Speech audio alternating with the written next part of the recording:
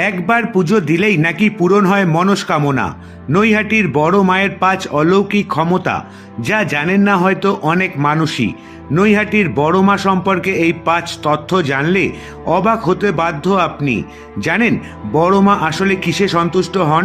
জানুন, নৈহাটির বড় মার অলৌকিক ক্ষমতা আছে, প্রচণ্ড জাগ্রত, সমস্ত অসম্ভবকে সম্ভব করতে পারেন তিনি। সেই কারণে সকলেই মাথা ঠেকান বড় মার পায়ে। জানেন কি বড় মা কিসে সন্তুষ্ট হন? নিরঞ্জনের আগে দেবী মাকে দেওয়া হয় বিশেষ মিষ্টি। ভবেশ কালী থেকে সকলের বড় মা।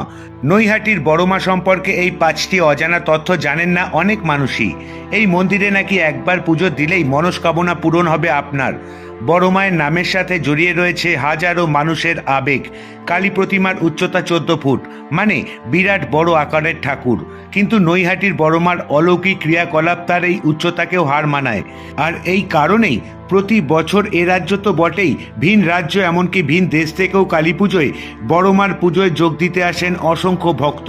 বড় মার পুজো ছাড়াও নৈহাটিতে বেশ কয়েকটি কালী পুজো হয়, কিন্তু সবকিছুকে ছাপিয়ে দর্শকের কৌতূহল থাকে এই বড় মায়ের পুজোকে ঘিরে। কারণ ভক্তদের বিশ্বাস দেবী বড় মা অত্যন্ত জাগ্রত। সাধারণ রূপে দেবী রক্ষাকালী রূপেই পরিচিত তিনি। তার সেই রূপ যেন অগণিত ভক্তের কাছে আক্ষরিক অর্থে বাস্তবোচিত হয়ে উঠেছে।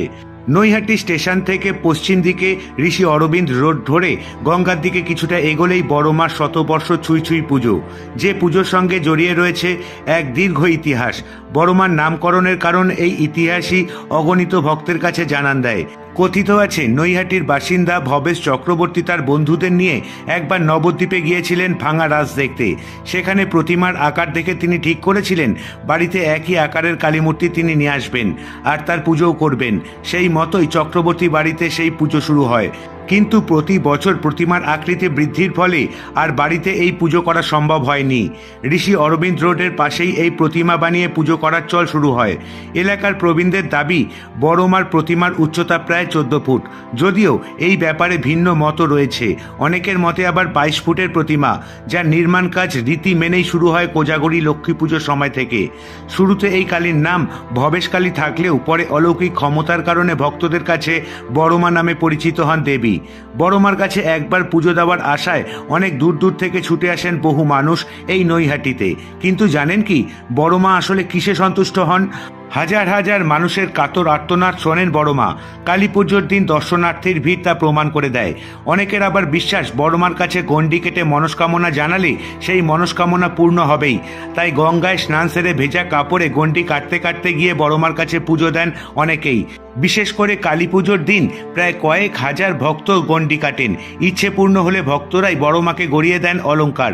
এভাবেই আজ কয়েক কেজি গহনার অধিকারী হয়ে উঠেছেন নৈহাটির বড় মা।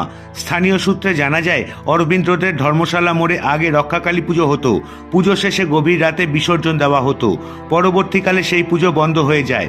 পরে নদিয়া জুট মিলের কর্মী ভবেশ চক্রবর্তী এই কালী পুজোর প্রচলন করে। নৈহাটির অন্যান্য কালী প্রতিমার চেয়ে এই মূর্তির উচ্চতা অনেক বেশি হওয়ায় নাম বড় মা।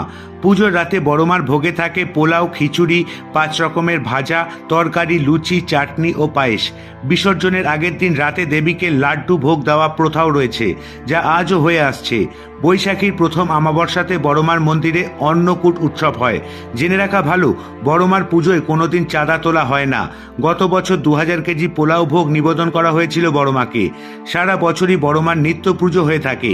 কালী পুজোর দিন থেকে পরপর 4 দিন দেবীর বিশেষ পুজো হয়। প্রত্যেক দিন আলাদা আলাদা ভোগ নিবেদন করা হয় মাকে। নৈহাটিতে সবার প্রথমে বড় মার প্রতিমা বিসর্জন হয়। প্রতিমা বিসর্জনেও রয়েছে অভিনবত্ব। মায়ের ও শিবের চক্ষু ছাড়া অন্য সমস্ত সোনার গয়না খুলে নেওয়া হয়। এরপর ফুলের গয়নায় সাজিয়ে তোলা হয়। অবশেষে বিশাল এই প্রতিমাকে ট্রলি করে নিয়ে গিয়ে গঙ্গায় বিসর্জন দেওয়া হয়। এই সময় দেশ বিদেশ থেকে ভক্তরা আসেন বড় মাকে দর্শন করতে। তো বন্ধুরা, আশা করি ভিডিওটি আপনাদের ভালো লেগেছে। ভালো লাগলে একটি লাইক ও শেয়ার করে অন্যকেও জানানোর সুযোগ করে দেবেন। আর জানাবেন আপনাদের মূল্যবান বক্তব্য কমেন্টস বক্সের মাধ্যমে। আর অবশ্যই চ্যানেলটিকে কিন্তু সাবস্ক্রাইব করতে ভুলবেন না। সুস্থ থাকবেন, ভালো থাকবেন, সতর্ক থাকবেন। Bye bye.